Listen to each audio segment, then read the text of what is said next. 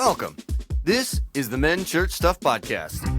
This is the show where brothers-in-law DJ Culp and Brad Coleman talk about stuff from our perspective as men. It's a show for anyone who wants to hear how Christians interact with the world.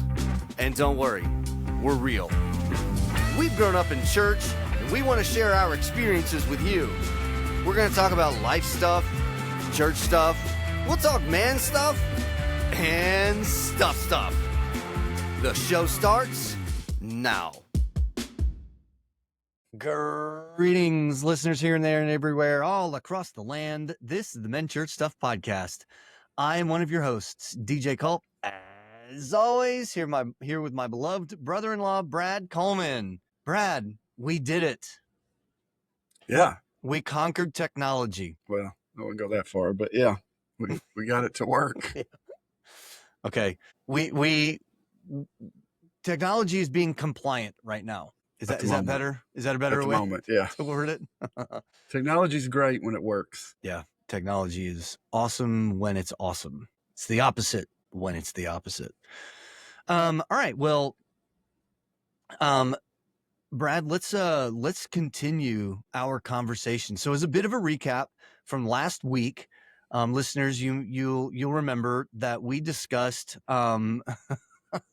that Brad didn't know what the word accolades meant, and and if you didn't either, still then my apologies. Still kind of iffy, yeah. So we discussed that accolades in and of themselves were not bad, but to make those front and center of what we do could potentially be bad if we do not consult Christ and in the Holy Spirit, God, through prayer, through reflection, through, seeking wisdom and discernment and all that kind of stuff, then it could also be bad. Actually, I would argue that it just would be bad, but not to say that God would not make things good that were bad. We're not going to unpack that theological gem, but, I mentioned, Brad, that, and I'll drop his name again. Shout out to RJ Field, one of my former students here at Union. He's about to graduate. He has requested to hear the extension of this conversation in relation not to the individual and in search of accolades and skill development and profession advancement, but rather how does this conversation pour over into the relationship of parents and children. Now, I do want to make this caveat real quick here, Brad, at the top of the show, to our listeners. Listeners, if you are not one that has, if you are not somebody that has children, this conversation does not disqualify you. As a matter of fact, I think one of the most important things for us to really begin to do, if we haven't done it already, is figure out, I think it's very important to figure out how our parents have helped in getting us to adulthood, but also being able to look back and say,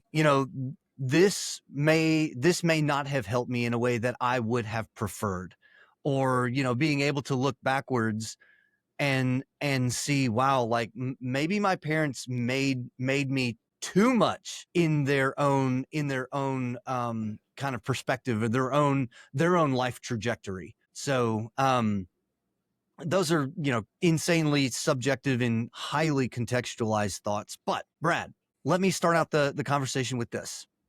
How should we as Christian parents encourage our children's pursuit of accolades? That's a good question. Thank you. Would you like the next one? So glad that you're asking. Yeah. Brad's not going to answer the questions. He's just going to comment on. Yeah. That is a good question. I really liked it. Very structured, very well. Yeah. And a lot of thought given to that question. A lot of thought given. Appreciate that. That's right. Next. I think that we should do the thing with our kids. Brad, I think you should run for president. No thanks. Excuse me, Mr. President. I'm going to ask you a question. I want you to tell me all the ways that you are not going to answer this question. Yes. Yeah. No thanks. Go ahead, Brad. How should we as Christian parents? I think I would too. I absolutely would rather teach kindergarten for the rest of my life. All right, Brad. How should we as Christian parents encourage our children's pursuit of accolades? Well, I think first and foremost, we need to help them be grounded in Christ.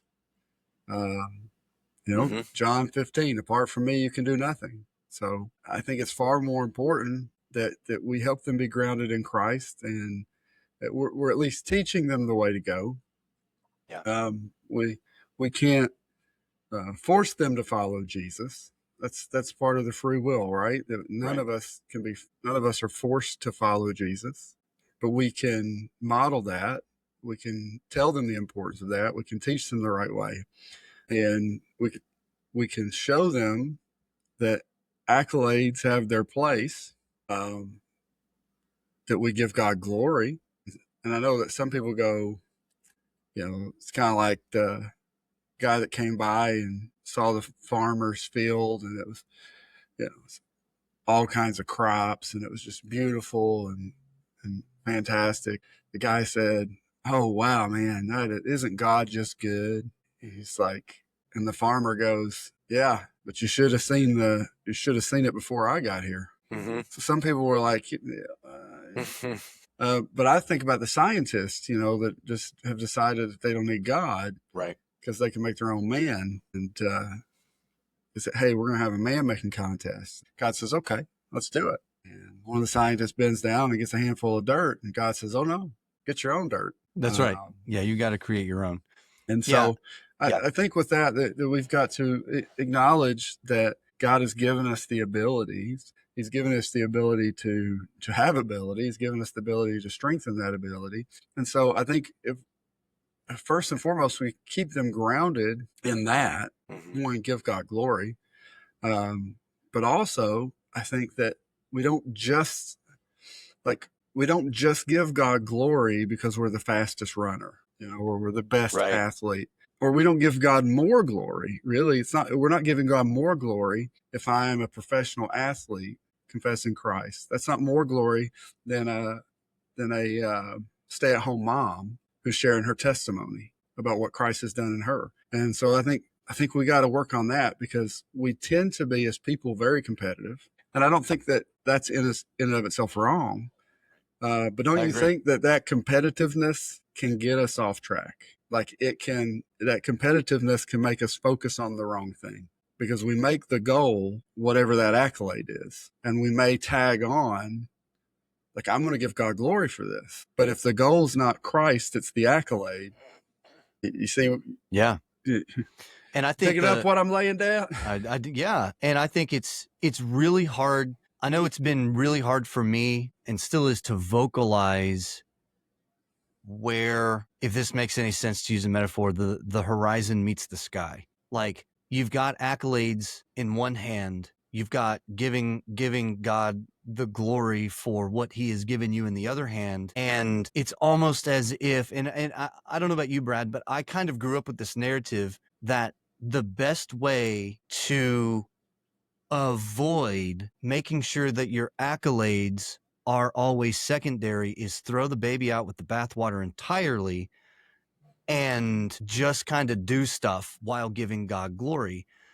And the hard part, again, is in my head, I'm trying to envision, just sort of a parallel image. And that's why I said where the horizon meets the sky. How is it that we're able to explain, and not and explain with words, but also explain with our lives and with the way that we conduct, not just ourselves as Christians, but as the way that we conduct ourselves as, as, I don't know, employees of the state, or employees of, as third-party contractors, or employee, or not employees, but full-time or part-time ministers or nurses or full-time moms, or maybe even dads. How is it that we take the idea of hang on, I'm almost there. How is it that we take the idea of furthering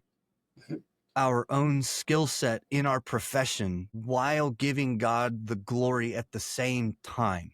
Because I think and I think this, like, the answer to that question bleeds into directly how do we as Christians encourage our children's pursuit? Because if we don't know how to do it ourselves, then either we're gonna misguide our kids, or we ourselves have been misguided, or we're not gonna tell them to do anything because we don't know what to say. Does that make sense? Yeah. I think we live in a world that puts a lot of emphasis on success. Mm-hmm. I would agree. Whether that's in our business, in our field, in sports, in academia, in spelling and pronunciation of words. And then Enunciation, saying words, putting the emphasis on the wrong syllable is looked down upon.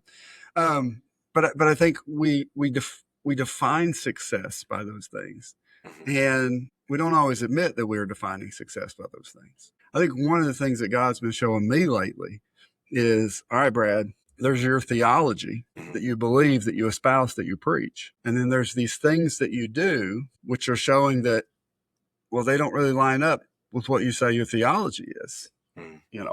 If you're going to do this and then go out and do this other thing, and again, we're not talking about dramatic, like, difference from my perspective, from our perspective of things. Like, most people with these things would probably just go, oh, well, yeah, I mean, that's just humanity. And God's going, yeah, and that's the sinful part. That's why I had to go die for you. Yeah, because that's humanity. Yeah, and we're not talking about these any things that most of us would consider huge, but God tends to look at the heart, right? In these heart issues, you say you trust me, but you constantly worry. Right? So where's the disconnect? I don't know, but I'm worried about it now. Well, you shouldn't worry. Well, now I'm worried about worrying. Now I'm worried about worrying. Yeah. And that's why I love God's, I think in Scripture, God says, come talk to me about it. Right. Come on, son, let's talk. Let's talk. Throw it all out there. That's right. Let's talk. But again, like, even just stepping out in faith on things, and the way that we pray. Sometimes the things that we don't ask God for, because we would espouse that I can come boldly before the throne of grace because of I'm righteous and because of the blood of Christ. But then we're not coming boldly before the throne of grace. So I'm gonna interject, right? Isaiah 55, I think 7 or 55:8. My ways are not your ways. My thoughts are, or my ways are higher than your ways. My thoughts higher than your thoughts. Well, if that's true, which it is, then that means that I don't know what to ask for. So I shouldn't ask because I don't know what to ask for. I would actually I think it'd be a safer assertion to boldly ask for something stupid, only for God to come back and say, yeah, that's stupid, versus, well, I'm not going to do anything. I'm not going to ask for anything. And I think this parallels directly into how do we teach this to our kids? If we ourselves, it's not just that have we not done this before, but if we ourselves don't know what it's like to ask for something completely and utterly stupid, we may not have even thought it was stupid at the time until God brought us through the, that was pretty dumb.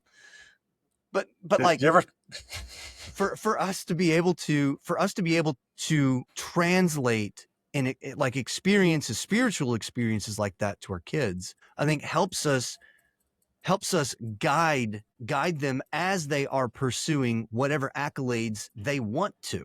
And again, I hearken back to this, listeners. If you don't have kids, it's okay. This doesn't nullify the conversation. One of the things that I think is really important is for us to look backwards, right? As adults, and depending on what age you are, listener, if you're a teenager or a growing adult, right? If early 20s, maybe, like, if you're an adult or young adult, look backwards and think about this, the idea that, I mean, have I been pressured into achieving greatness just because? Is greatness the end all? Is greatness, was it even an option? Was mediocrity the message? Was I encouraged to do anything at all? But again, I think I really do think that it's impossible for us as Christians, Brad, just on this point, to be able to tell our kids, well, you don't really need to ask for that because that's stupid. If we ourselves haven't been bold enough to go to God and say, God, I really like a Porsche Carrera. I mean, please make that happen, God, while he's up there on his throne going, I don't think that's really what you need there, boss. Yeah. And he says, no. Yeah. No, that's right. Anything else you want to talk? Yeah, anything else you want to talk about? That's right. Thank you for asking. No. Have you ever, and I know the answer to this for you, DJ, but just asking, have you ever taken a toddler who's just learned how to talk to Walmart? Right? Yes. Because they're going to go, can I have that? Can I have that? Can I have that? Mm-hmm. Can I have that? Can I have that? Can I have that? Can I have that? Yep. Like, I remember with the kids, I go, don't touch anything. Like, stop touching things. That's right. Just no. Stop touching that. No. Yep. Nope. Stop. No. Oh, dude, no, we're in the thick of that one right now. Yeah. The requests just become different and more complex and more well worded. Yeah, right. Well worded. Bigger too, right. Sometimes. Oh, Father, the eloquence of the question here. No. Hey, I've had presentations given to me, complete with song and dance numbers. It was pretty epic. And sometimes we said yes, and sometimes we said, hey, we appreciate the effort, and that was amazing. But still no. No. It's going to be a no. Yeah, right. It's going to be a no from me, dog. Yeah. But accolades, right? I think we have to be careful too. I think, again, it's one of the things I think that God's trying to show me. What do I do when they succeed and get an accolade? And what do I do when they fail to get that accolade? And how do I respond when they're not interested in that accolade at all? Because they're reading that situation, and they may not even be realizing they're reading it, but they're taking in that input. Hey, when I get a medal, Dad gets really excited. When I don't, he's not. I honestly, 100%, I want to be more like your sister, because your sister is excited the whole time she's at a ball game when her son's playing. She's excited the whole time when he's running track, or when Carrie Beth's running track, or when another kid on her team whom she knows their name is running track. She's excited the whole time. It doesn't matter. Was this your worst race? Did you finish? That was, yeah, that's right. You did. High five. Let's go. Yeah. It's not about the accolade for her. Right. Yeah, she is excited when they medal. She's excited when they get a PR. Man, she knows it. She's got it down. I don't, but I mean, I got her as a resource. Right. What were those numbers? But she'll tell me because she'll pull it up if they've got live results, and she'll be like, she just PR'd. She did. Yeah. Pause for our listeners that don't know, because it took me a while to figure out what PR. That means personal record. Personal record. Yeah. I didn't know that for a while. I'm sorry. I thought people who knew how to, what accolades were, would be able to get simple things like PR. Public relations. I don't understand. Got to know public relations today. Yeah. Personal record. And, or PB, personal best. Sometimes people will use that. But either way, like, she is excited the whole time. Why is that? Because she's excited about them. I mean, she's excitable. Yes, she is. She's easily excitable. You cannot remove that one from the equation, Brad. Yeah. I mean, so I'm not putting myself down.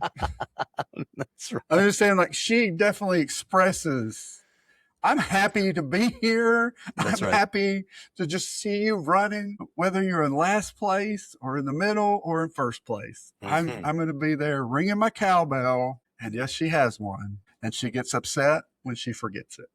Mm-hmm. It's like, I forgot my cowbell. Yeah. Like, so, dude, that's a good word on the idea of celebrating effort. And by effort doesn't mean like attendance. Right. Now, I don't want to open up Pandora's box, and listeners, if you want us to do that, we can do another show on it. I'm okay with that. But and she's honest. Yeah. Right. She's going to say, if KB comes up and goes, I didn't PR today. And Tabby's going to go, well, remember Tuesday when you didn't go to practice? You remember last night when I told you needed to go to bed and you drug your feet and, you're paying for it. Took you an extra 30 minutes, and all of those things. So she's going to be honest with them. She's going to push them to do better, but she's going to celebrate all along the way. And I think that's what you're kind of grabbing at, right? Like there's this balance.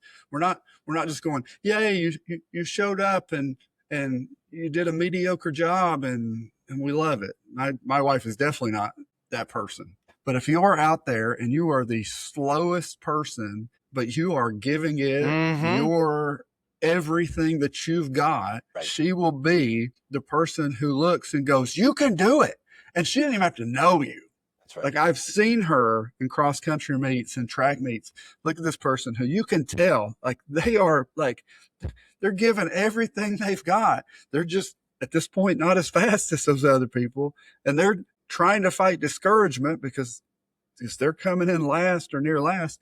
And here's my wife going, you got this. You got this, girl. You keep your head up. You keep going. So, Brad, I don't even ask her anymore if she knows them because, I'm like, doesn't matter at that pretty point. Sure she didn't know anybody on the green team over there.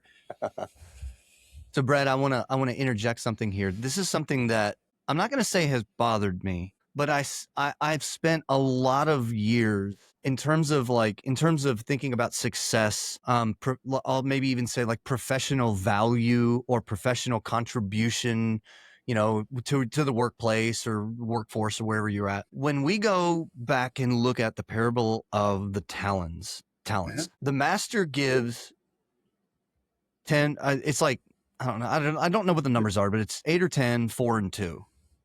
Well, there's two different, at least two differing, accounts of the talents. So that's probably why you're getting confused. Okay. Because there's like 10, 5 and 1. And then there's like, 10, 4 and 2 or something like that. And those numbers we'll go right. 10, 4 and 2. We'll just say 10, 4 and 2. But the point is, the point is this. The point is this, that he gave the talents he gave were in different amounts. And the two servants that returned with more, the one that had less returned still with less than the one that was given more, right? The one that was given more returned with more. Right. And so the one that was given less returned just with what he was given. No. I'm not talking about the third guy.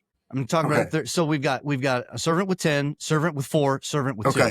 The servant with 10 came back times 2, right? Yeah. The servant with 4 came back times 2. So the servant that was given more came back with more. The servant that was given the middle amount came back with more, but it was still less than the one that was given more. So they didn't trade places, right? He's still in second place, if you want to call it that. But here's the thing. The master did not look at the servant that had more and returned with more as any better than the servant that didn't have as much and didn't return with as much. And I think that needs to be a narrative that we need to add in, because something that I've really been focusing on in the last, I don't know, probably 2 decades of my life. Listeners, if you're not new to the show, you'll know that I'm a drummer and I've been playing for a while. But Brad, when I first started playing back in high school, I never cared at all about like kind of weighing myself against local guys.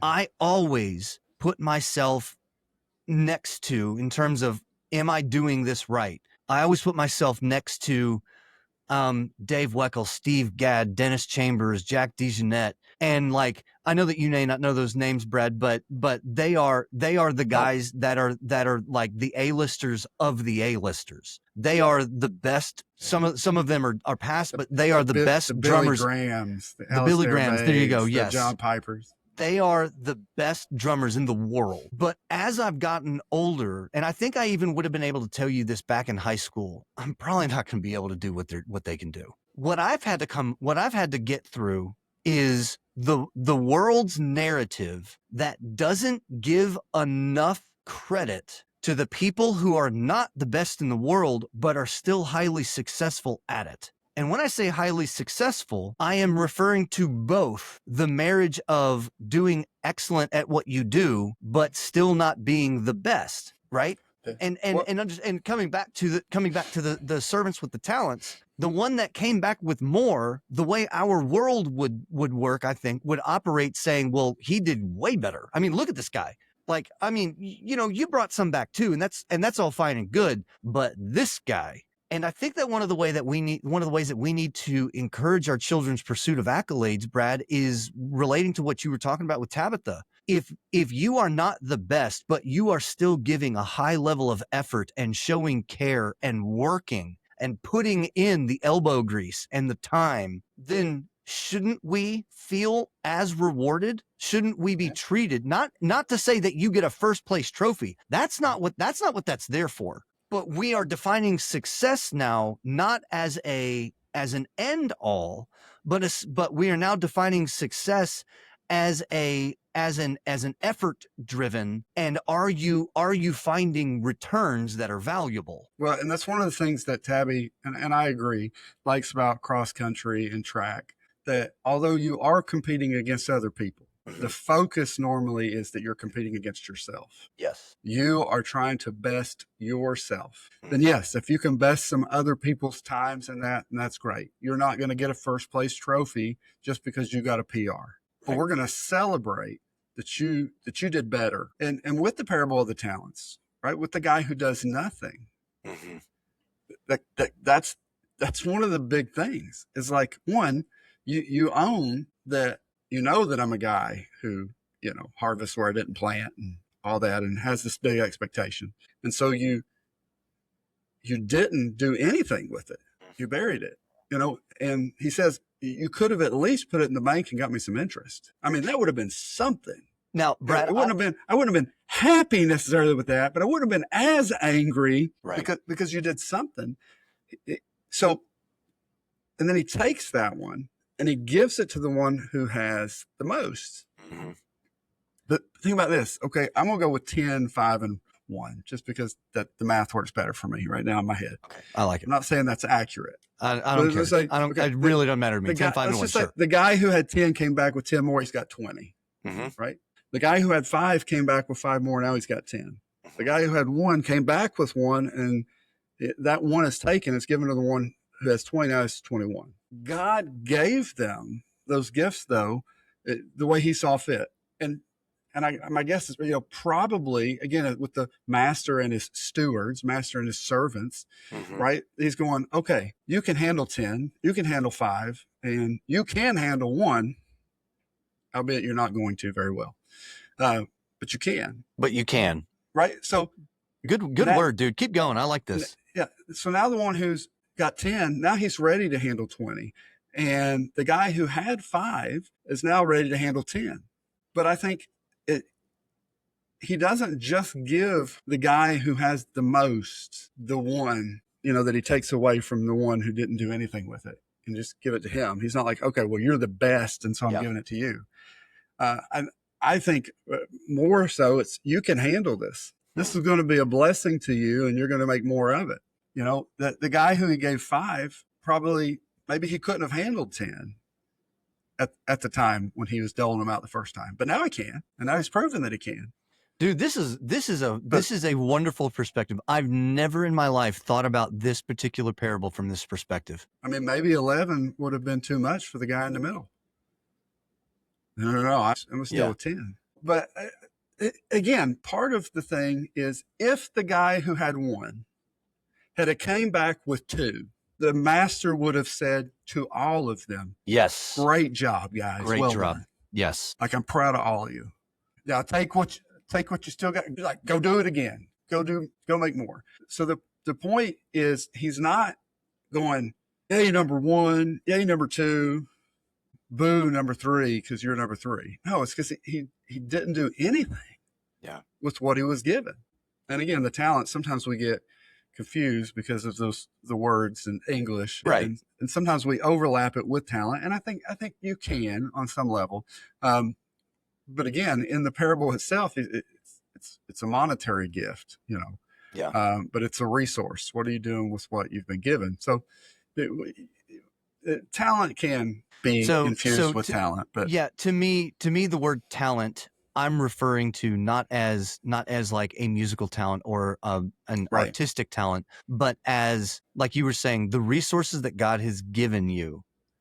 For my, I mentioned him last week, for my one of my best friends, Barry, who's an accountant. Like, his talents, not necessarily his, like, the talents that we would use, though I suppose, like you were saying, I think that it actually can be parallel to that. But what are the resources that God has given him, and is he bringing in return, not necessarily monetary return? Is he impacting lives? Is he making things better?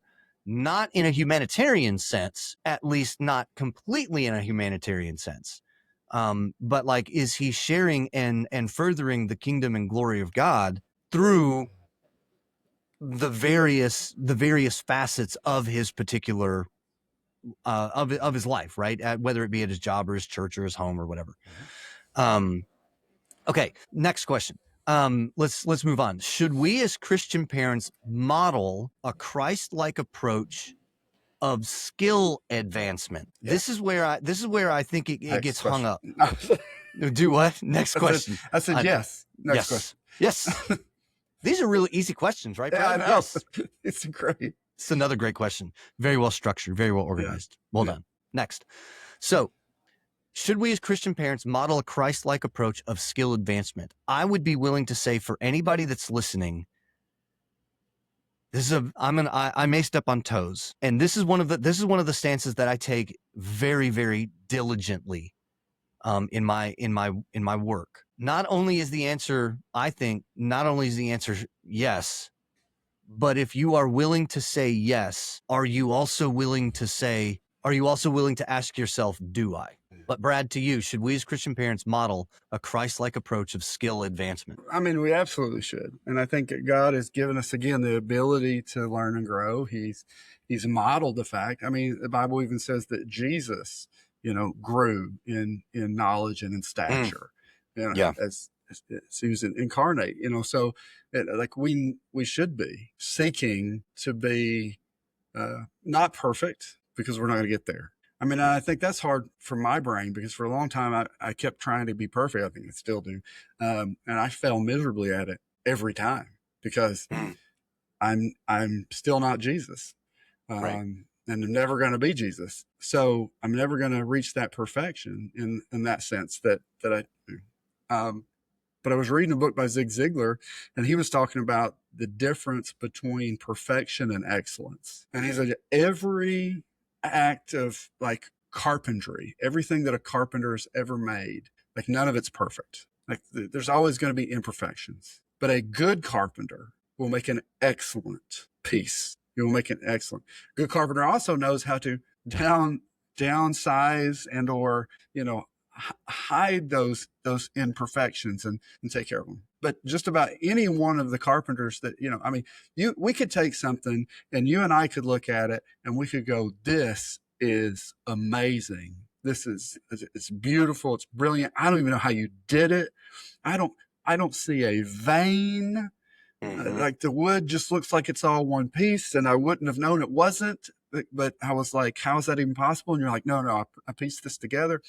I can't even see. I can't even tell. But the guy who made it, would be able to go, well, if you turn it over on the side and you kind of look at it at this angle, and the light shines over there, you can see there's this little dimple that's not supposed to be there, and it's like, dude, shut up. Yeah. Well, and not only that, but, like, those I'm gonna throw it at you. Those minor imperfections for us, we're gonna be like, and so you showed that to me, okay? You got a microscope? Yeah. I can't even see it. Oh no, look out. Yeah. This just ruined the whole thing for you, right? And Brad, in my field, and I remember hearing this back in college, and the more that I've grown, the more that I play, the more gigs that I take, the more that this reigns true. All professional musicians screw up. Nobody has a perfect performance, but what we're able to do is recover. We know how to recover in such a way that you don't realize what's going on. So I agree, and I'm glad to hear you say that Christian parents should model Christ-like approach of skill advancement. What is we need to I think we need to parse this out. What is the difference between skill advancement and a Christ-like approach of skill advancement? And the reason I put Christ-like approach here is so I gave a like a little devotion to our local high school's FCA this past week. And Ecclesiastes 5:3 says this: for dreams result from much work, and a fool's voice from many words. And I explained to him, and actually God gave this to me right there in the moment. I explained to him, look, one of the things that makes this verse what it is that it is not limited to only people that believe in Jesus, right? Solomon writes, for dreams result from much work. There's no caveat. Doesn't matter if you believe in Jesus or if you disdain the idea of God entirely. Solomon writes, for dreams result from much work. And if you think to yourself, but is that really true? I mean, look at the secular world around us. I mean, how many people that the church would say, yeah, well, I mean, look at all their success, but I don't even know if they're Christian. I mean, that list is probably very long, the way the way that the church would speak about that. And a lot of it might even be true. So what then is a Christ-like approach of skill advancement? And this comes back to the original question that we addressed last week, which is where is Christ in all of this?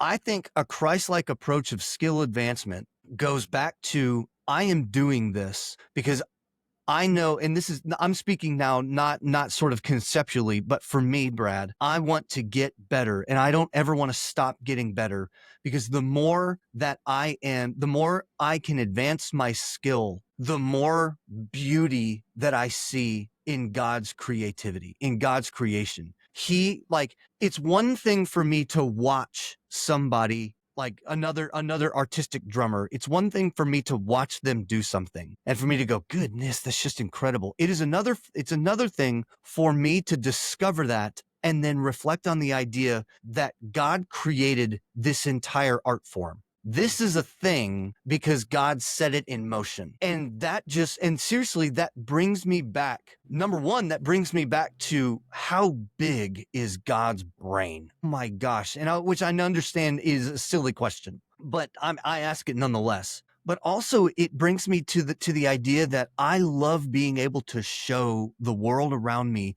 that you do not have to disdain the Christian lifestyle and disdain the church and dedicate your life only to this craft to be able to do this stuff. So when Carrie Beth was really young, I remember very specifically, we were over at a friend's backyard and there was a ball, and she's not been running for very long in her life, and she's running and she's kicking this ball, and she's running and she's kicking this ball, and it was just beautiful as she was doing it across the yard.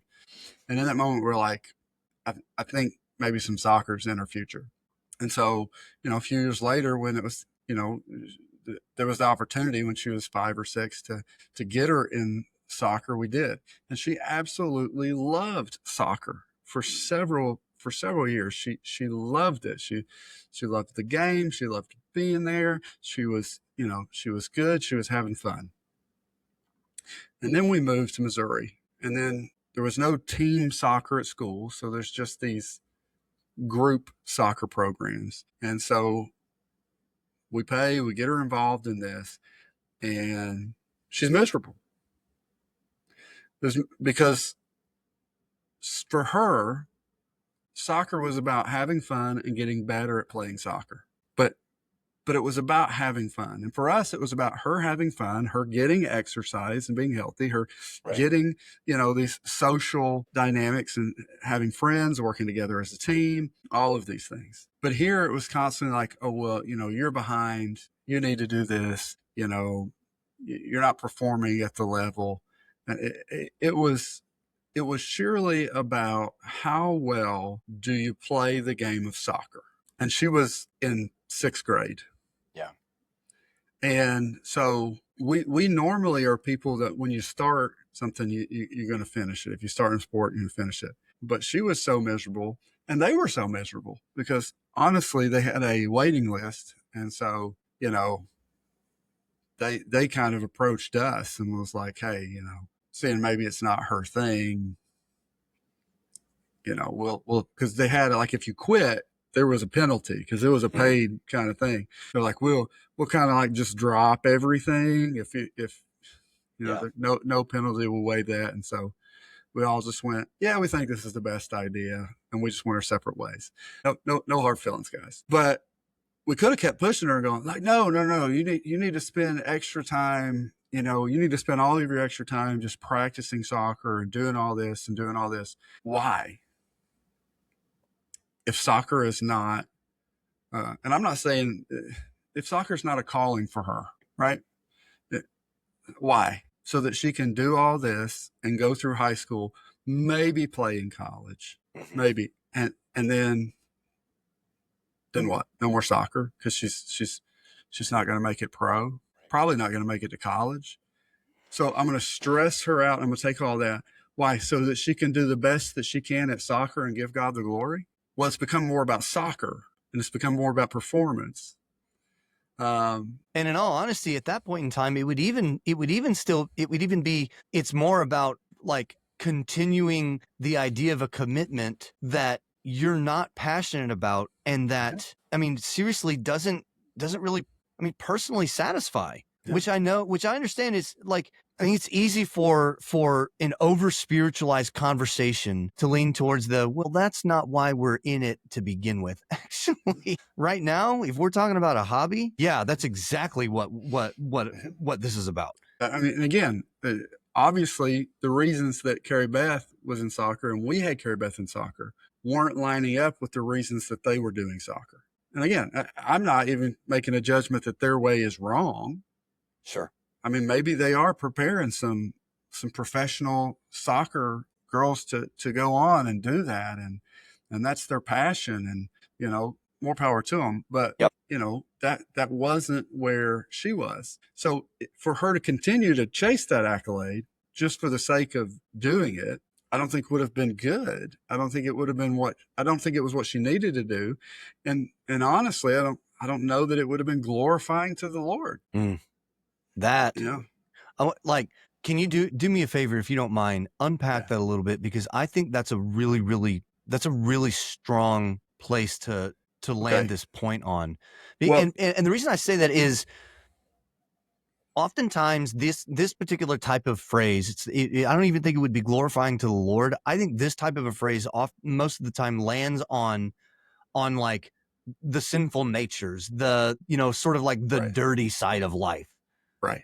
But and that's not what I'm. Yeah, no, and I think this is wonderful. Like, so wait a minute, playing devil's advocate in a snarky way. Do you mean, Brad, it's possible to not glorify the Lord and do something that's not sinful? Yeah, I think it's very possible to do that.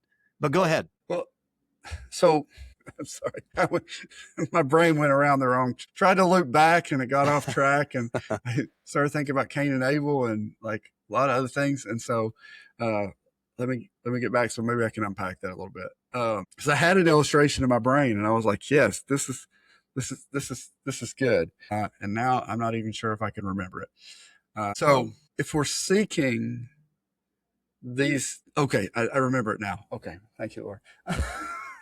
Yay, Brad. A VBS like 5 or 6 years ago. I don't even remember the VBS it was, but the video series that was during that VBS was incredible.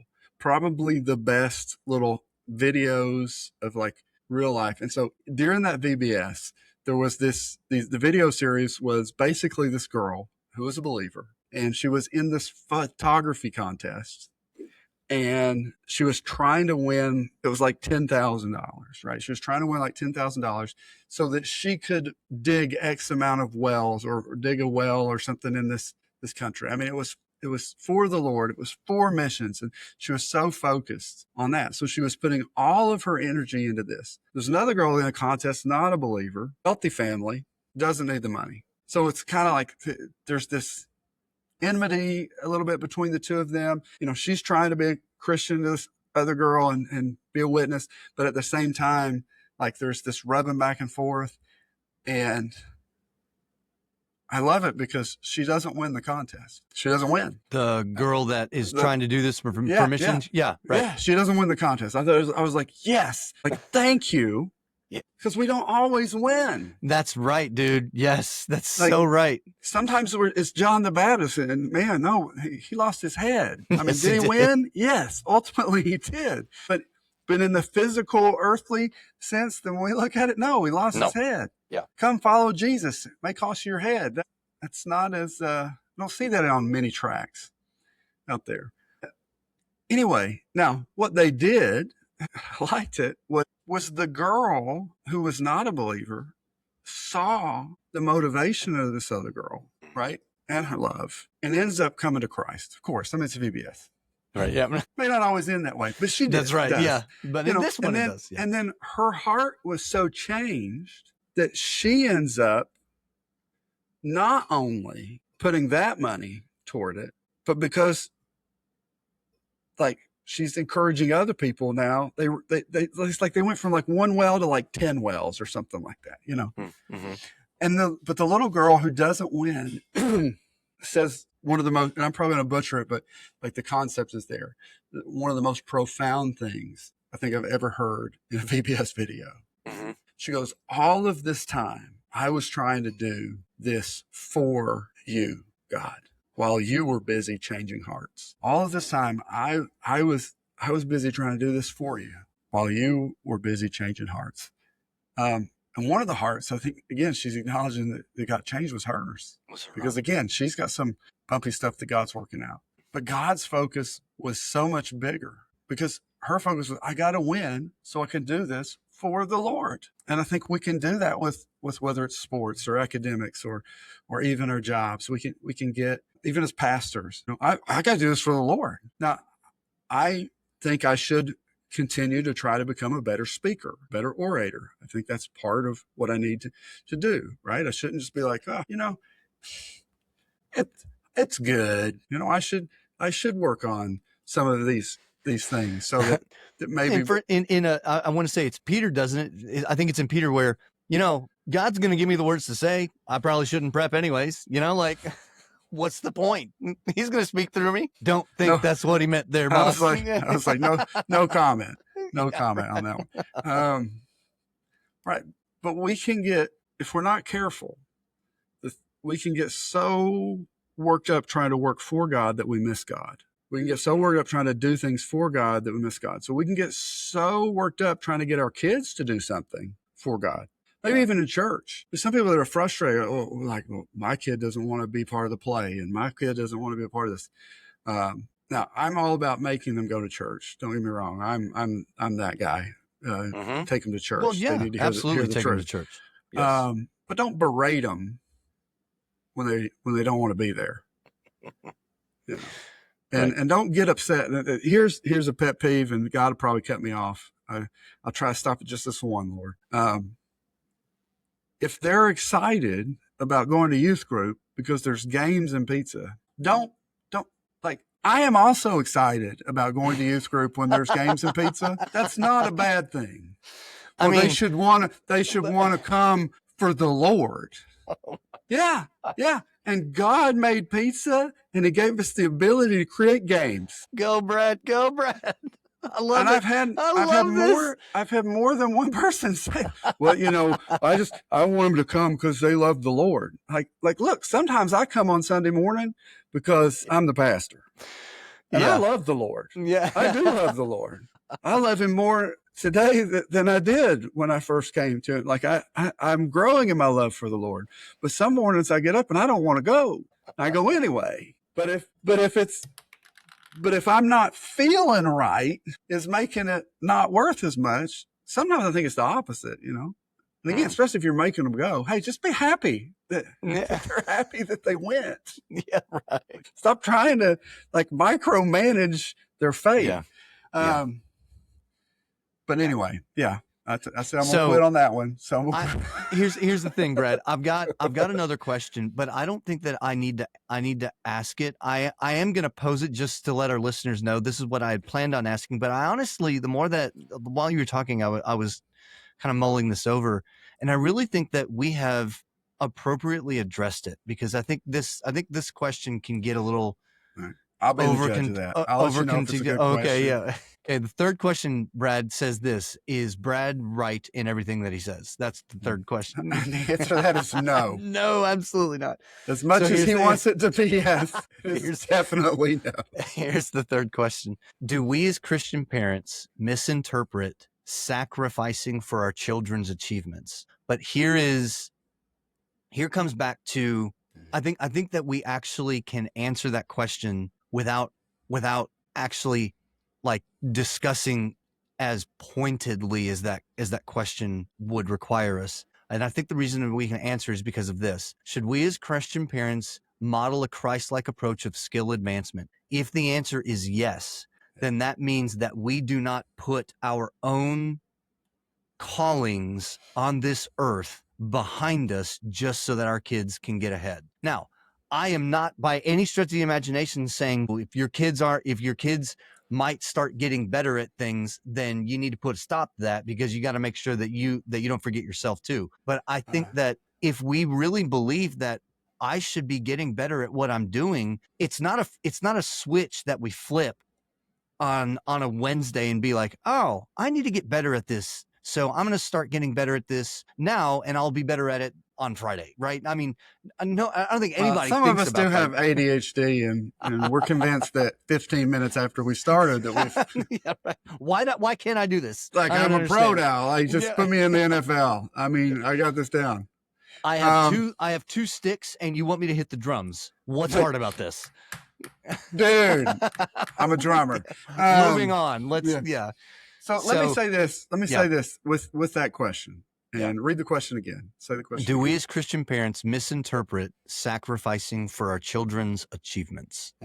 Let me say this. I think one of the biggest ways that I see the misinterpretation and the sacrifice is when we focus more on what our kids are doing and our kids' future than we do on our relationship with our spouse and our relationship with Christ. Yes. And if we're doing that, I don't care if little Jimmy becomes the best quarterback the NFL has ever seen. If he misses Jesus, he'll be in the same hell as Hitler is. Yeah.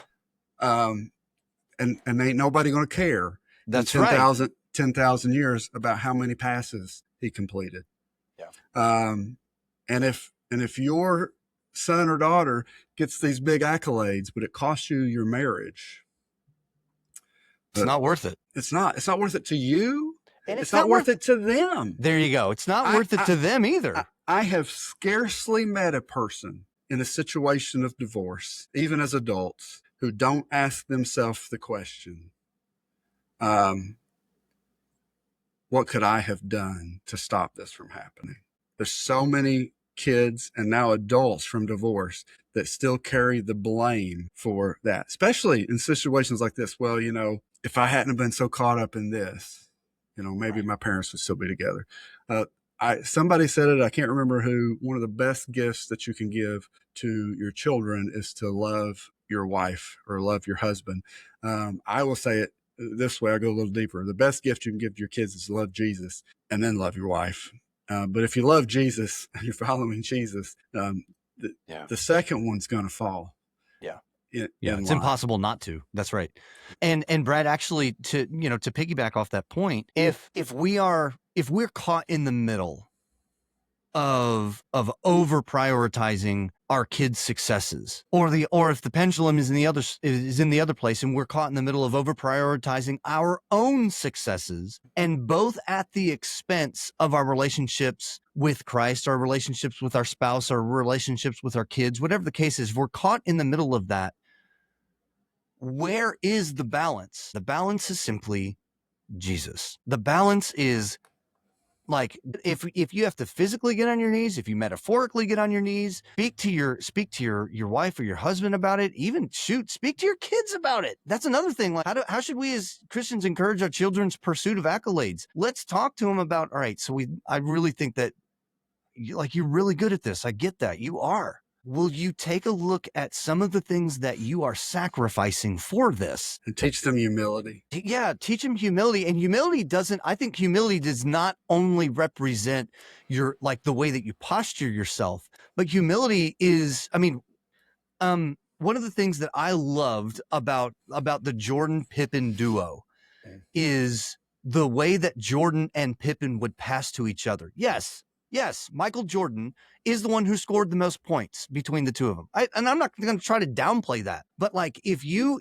really go take a good hard look at the way, I'm not going to, but I I'll know take that your you word won't, Brett. for it. I know, I understand, but just bear with me here for our sports lovers. But if you go take a good hard look at some of like the greatest basketball players that have ever played the game, a lot of them are, you just give me the ball. When Jordan played with Pippen, he passed the ball to Pippen almost as much as Pippen passed the ball to him. And so I think humility is not just the way that we posture our attitude, but it's also the way that we treat people around us. Did anybody pass the ball to Mary? Confused. Well, I mean, Mary and Pippen are usually together, so. Oh, that Mary, got it. Okay. Always leaving him out. Yeah, poor Mary. Okay, moving on.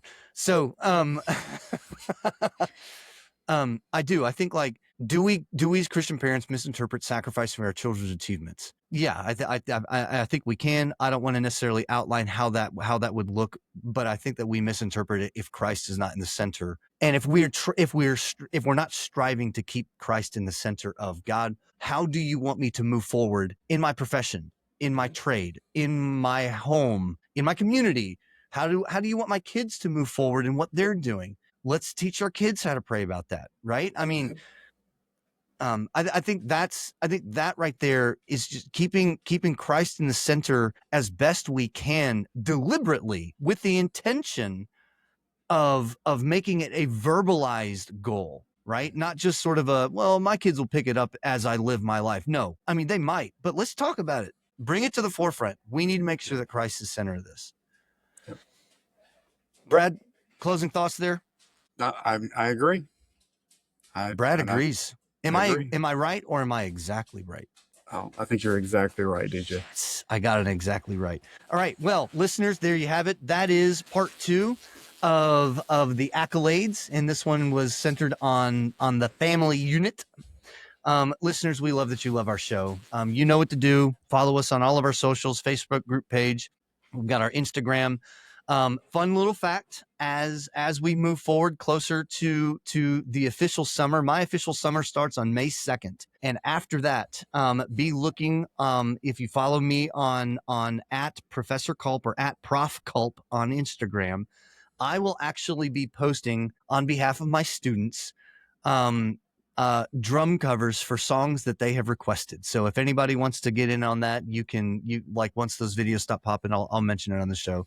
But I got to show Brad the list of songs that they've requested. There's some really good ones on there. I'm excited to listen, at least to some of them. Some of them, yeah. Yeah, contact us via, whether it's through Instagram or a Facebook group. Let us know what you think about the show. Rate and review our show wherever you get your podcasts. Give us a 5-star rating. Drop a review in there to let other readers or to let other listeners know about what you think about the show. And give us comments and give us some content to talk about if you'd like to. Again, RJ, thank you so much, man, for this suggestion. And before I forget about it, Brad, before we sign off, really, Miss Katie McDonald, we still owe you a grief episode. That is still in the works. I have not forgotten about it. So that if that's not the next one, it'll be very soon. And with it being the middle of April, Brad, you know what's coming up really soon, man. Our 3rd annual May the 4th episode. I was gonna say May. I'm really excited about our next May the 4th episode. May the 4th. Be with you. That's right. So, listeners, again, thank you so much for tuning into the show. Brad, I love you, buddy. Love you too. Listeners, we love you, and we will catch you next time. Go be his church.